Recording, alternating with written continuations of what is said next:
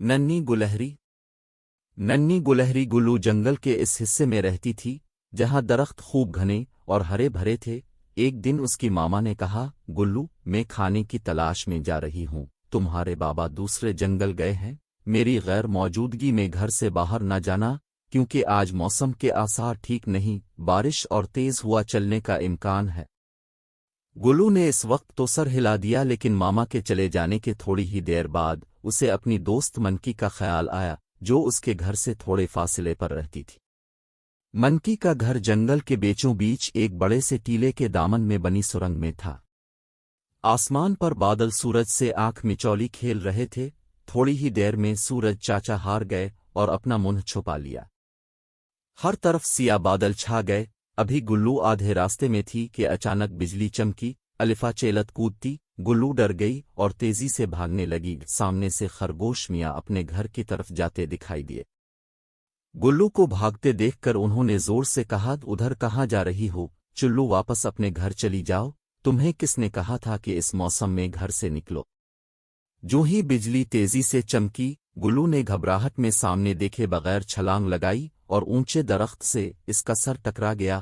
درد کی ایک تیز لہر الفاٹے اس کی آنکھوں کے سامنے اندھیرا چھا گیا۔ اس نے ماتھے پر ہاتھ رکھا جس پر ایک بڑا سا گومڑ بن گیا تھا اور ہائے ہائے کرتی آگے بڑھی۔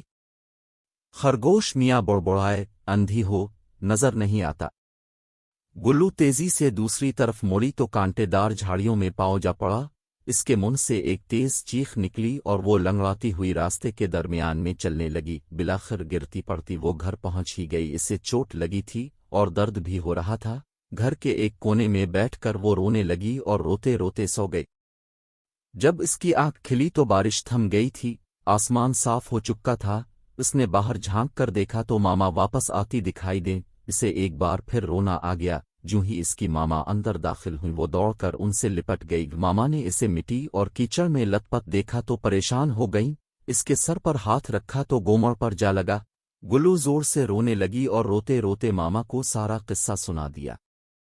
ماما نے اسے اپنے ساتھ لگا کر پیار کیا، اسے تسلی دی، اس کا منہ ہاتھ دھلا کر صاف کیا، دوا لگائی۔ صبح تک گلو ٹھیک ہو چکی تھی اور سب کچھ بھول بھال کر پھر سے الفا چل کود کر رہی تھی۔ چند دنوں کے بعد گلو ماما کی غیر موجودگی میں پھر گھر سے باہر نکل گئی۔ اس کا دل چاہا کہ وہ تالاب کے کنارے لگے اخروٹ کے درخت پر جا کر اخروٹ کھائے۔ وہ الفا چیلت کودتی، چھلانگیں لگاتی، دام لہراتی۔ وہ جنگل کے دوسرے کنارے بنے تالاب تک پہنچ گئی اور اخروٹ کے درخت سے نرم نرم اخروٹ ڈھونڈ کر کھانے لگی۔ واپسی پر اس نے 2 اخروٹ ہاتھ میں پکڑ لیے۔